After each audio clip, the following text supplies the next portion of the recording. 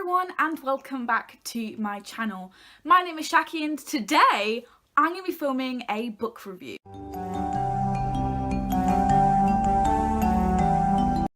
Since 2019 on my booktube channel, I would really like to start doing more regular book reviews because I feel like they're all scatty and I kind of just post book reviews when I don't have anything else to post. For one video slot a month, I'm going to be uploading one book review of a book that I've read in that particular month. So I decided to review the first book that I read of this month and ultimately the first book of the year that was like fictional, and that is The Upside of Unrequited by Becky Albertalli. So this is kind of in the Simon Versus universe. It's basically about a girl called Molly who has never had a boyfriend before. She knows all about unrequited love as she's been through it over and over and over again, and it's become kind of an inside joke in her little friendship group that she's never had a boyfriend and she always just has crushes. But no matter how strong or who the crush is, she always tells her twin sister Cassie about it, and they always like kind of talk about well, women for Cassie because she's gay and men for Molly because she's straight. Cassie has never really been somebody to like fall in love with somebody. She's always had like one night stand. But when Molly introduces her to a really pretty girl at a party, Cassie is just head over heels in love and Molly doesn't really know what to do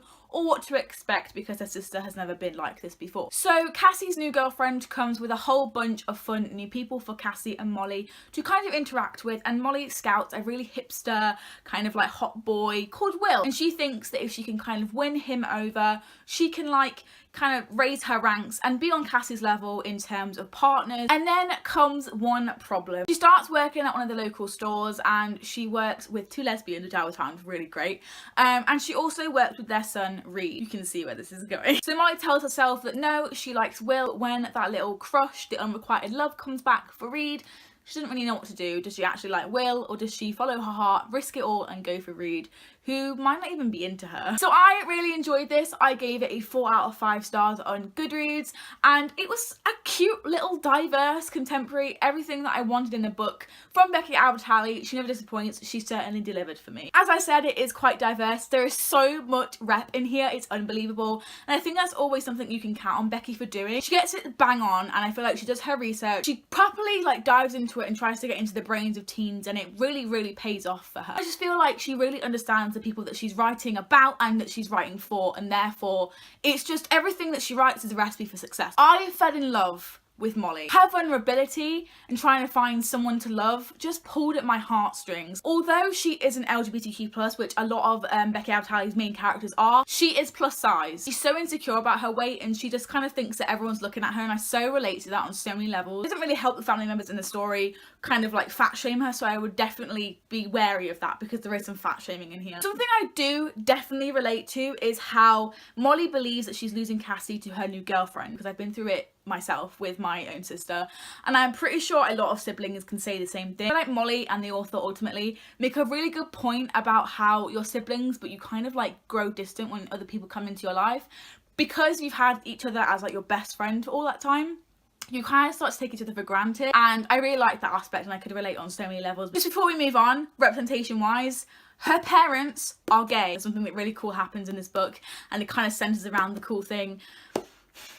It's great. Along with Molly, I also loved the rest of the characters. Even the side characters seemed to be really three-dimensional. They all had layers and I wanted to know so much more about them. There are a few reasons why this personally was a 4 and not a 5 stars for me. I do find that Cassie was a little bit toxic and perhaps unhealthy towards her sister at times. She seemed to shout at Molly a lot when she didn't actually deserve it. I really do think that Cassie could have been a little bit more nicer to her sister and more understanding. If you're leaving your sister behind for a significant other, like she literally says, well, I don't want to sit here with you when I can go and see my girlfriend, you're kind of fueling it and it kind of is your problem too. Now there's a section of this book that talks about asexuality and how she kind of words it wrong. There is a section here where Molly is so wrapped up in her own self and her own sexuality that she forgets that other people don't want sex, and she almost infers that asexuality is like not cool and sex is cool and you're supposed to want sex. And it didn't quite sit right with me, but I'm not asexual, and that could be me just being offended for other people. Like I'll wait until other asexuals have read this and can confirm,